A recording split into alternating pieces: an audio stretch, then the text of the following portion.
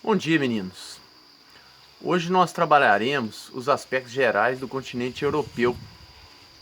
A Europa é um continente de pouco mais de 10 milhões de quilômetros quadrados. É dividido em mais de 50 países independentes, aproximadamente. Possui um território pequeno em extensão. Só como comparação, a Europa ela caberia dentro do Brasil se a gente tirasse o território russo nesse continente. O continente europeu ele é recortado de ilhas, penínsulas, mares. É um continente localizado em sua maior parte na zona temperada da Terra. Uma parte do seu território também, né, está localizado no Círculo Polar Ártico.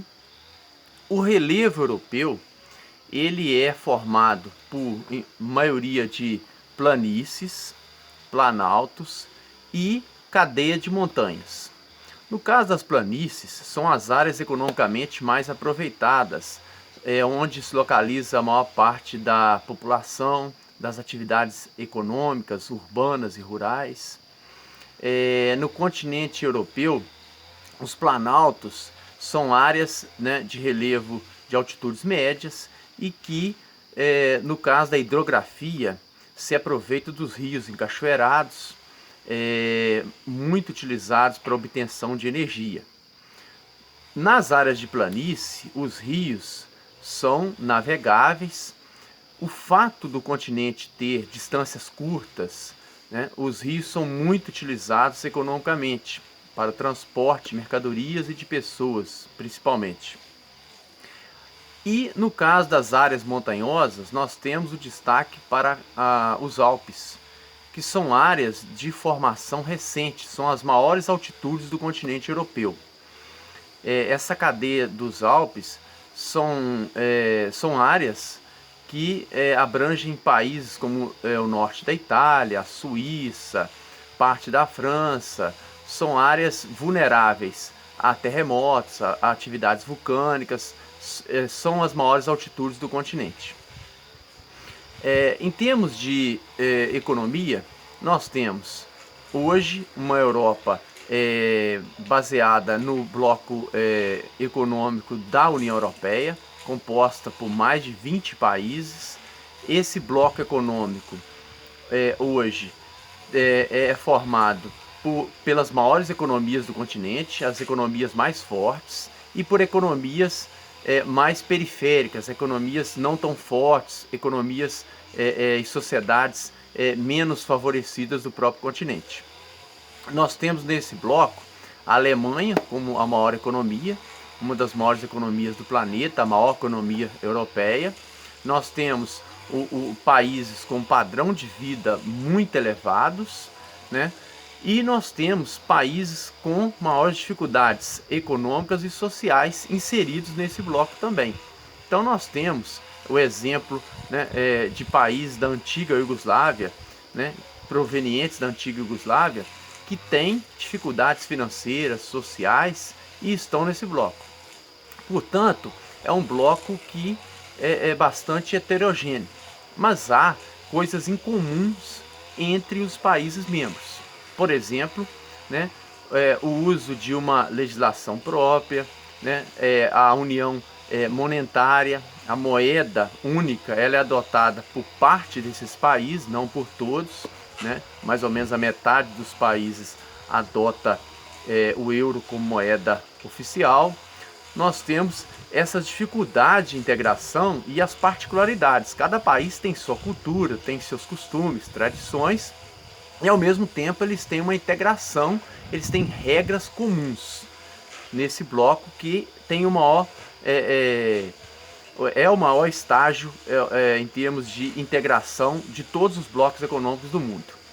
E a Europa, ela viveu um período de divisão, né, desde o final da Segunda Guerra Mundial até o início dos anos 90. Foi o período chamado de, né, Guerra Fria. Foi um período em que os Estados Unidos e a então União Soviética dominava o cenário político, econômico, ideológico do mundo e, inclusive, dividia a Europa em áreas de influência.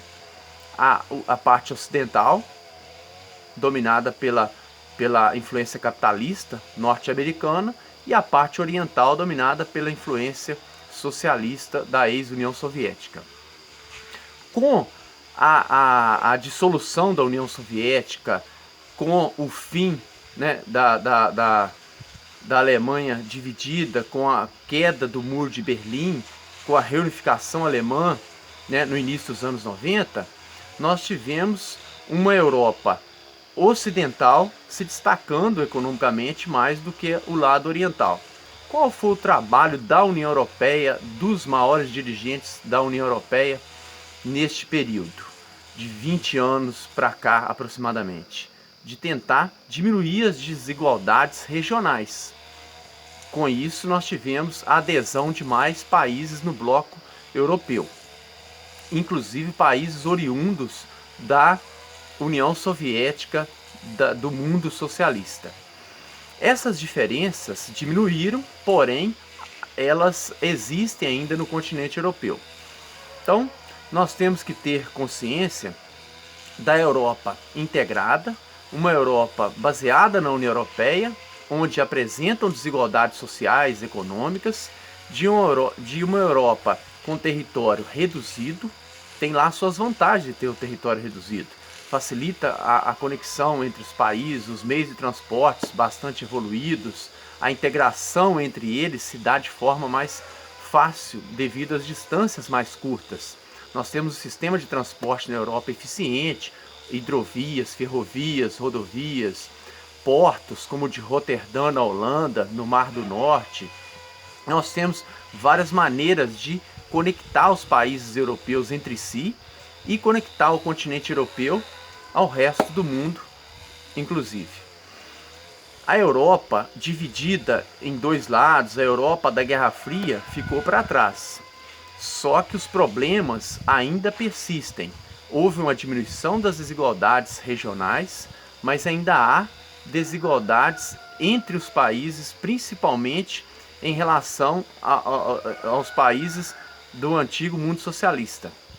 Eles apresentam ainda muitas dificuldades para a transição do modelo antigo, socialista, arcaico, ultrapassado, para o modelo capitalista de mercado, ok?